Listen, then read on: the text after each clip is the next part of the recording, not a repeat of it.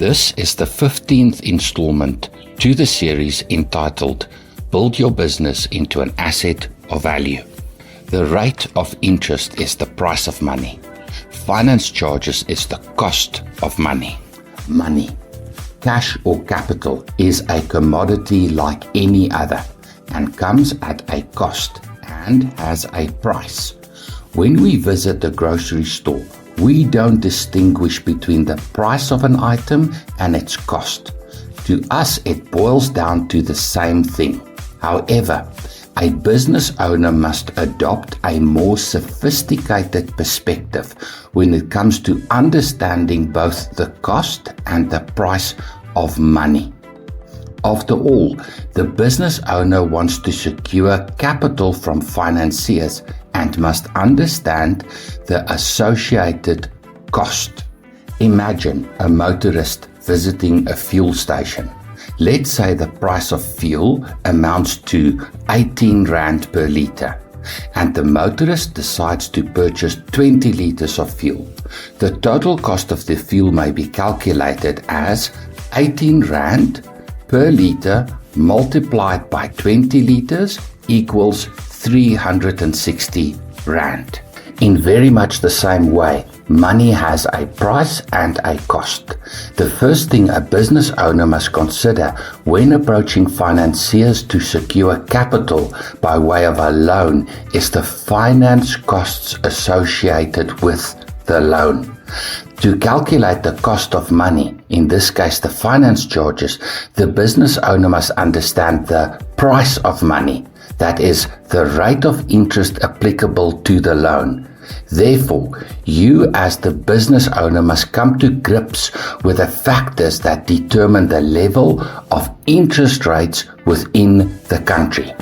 For the purposes of this book, I am ignoring the impact of fiscal policy and focus on monetary policy, as the latter relates more directly to the subject of this book.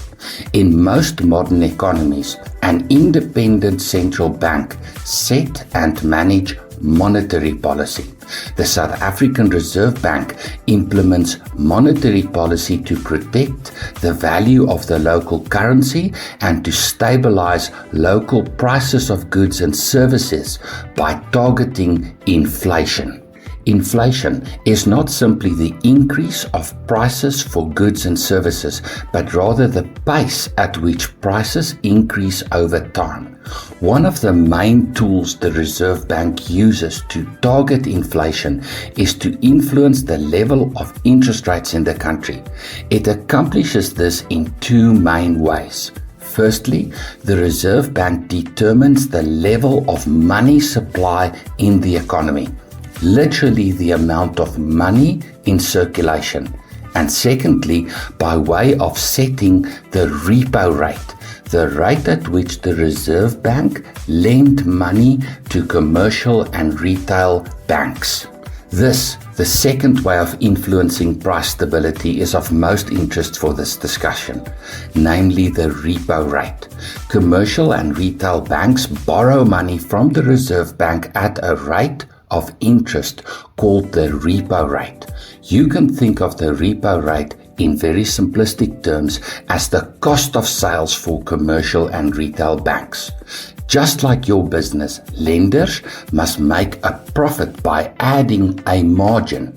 Adding a profit margin, the lender arrives at the prime interest rate. There are other lesser factors that also influence the level of the prime interest rate, but for the purpose of this book, I ignore those factors. The prime interest rate is supposedly the best rate of interest that the bank offers loans to its best customers. But the prime interest rate and the repo rate from which it derives is in no way a constant, as can be seen from this graph. The level of interest rate changes over time, which impacts directly on businesses and more so on businesses with debt. As a business owner, you need to understand the impact of changes of overall interest rates on the profitability of your business. To what extent is your business dependent on debt finance? And how will a 1, 2, or 3 percentage point increase of interest rates affect the profitability of your business? But financiers certainly do not offer loans to all its customers at the prime interest rate. Banks add a risk premium to the prime interest rate based on their assessment of the risk associated with 1. The nature of the transaction or finance solution, and 2. The financial viability of the borrower. In the chapters that follow, I will introduce different finance solutions and how financiers assess the financial viability of the borrower.